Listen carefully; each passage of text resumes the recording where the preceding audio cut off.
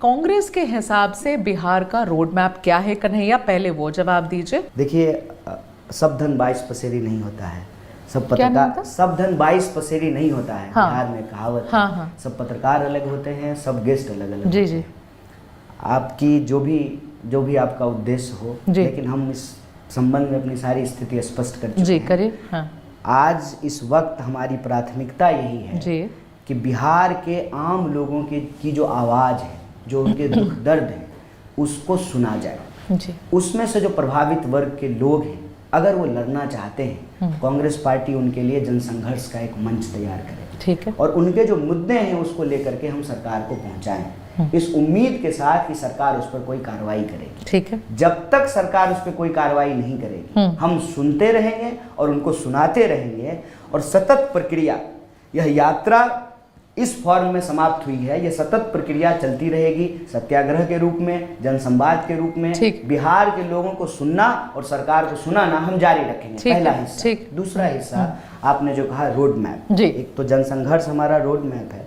दूसरा road map ये है कि बिहार के अंदर हम अलायंस में चुनाव लड़ें, सरकार किसी की बने, अलग अलग पॉलिटिकल पार्टी हैं बिहार में।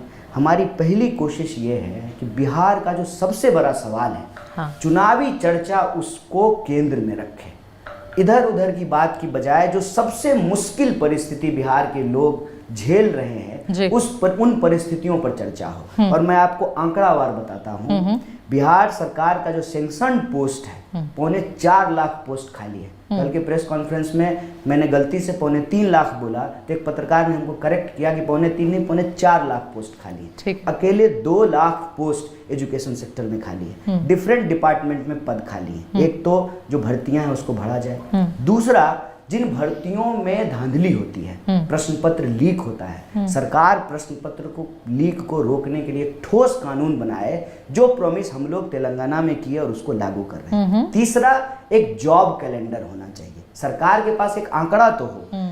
कोविड के दौरान जो लोग बिहार लौट करके आए थे, पैदल चल के आए, 2000 किलोमीटर साइकिल चला करके आए, उस वक्त यह अनुमान लगाया गया कि एक नंबर पे लगभग 85 लाख लोग उत्तर प्रदेश में लौट करके आए थे और लगभग 65 लाख लोग बिहार के अंदर लौट करके आए थे।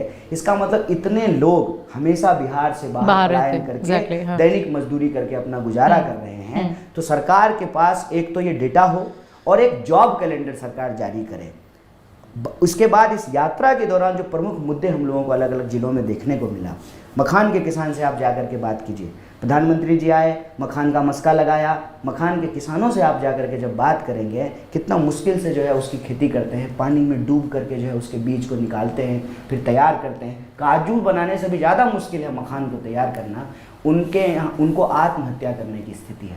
मखान का दाम जो है वो किसान को नहीं मिलता है। सबसे बड़ा फ़ायदा बिचौलिए उठा करके ले जाते हैं। मधुबनी एरिया में जब हम लोग यात्रा लेके घूम रहे थे, तो मधुबनी पेंटिंग वर्ल्ड फेमस हो चुका है, लेकिन जो मधुबनी पेंटिंग के कलाकार हैं उनको बेसिक श्रम का मूल्य भी, बेसिक मेहनताना। तो आपका एजेंडा, हमारा एजेंडा ये है कि बिहार के भीतर एक सकारात्मक राजनीति हो।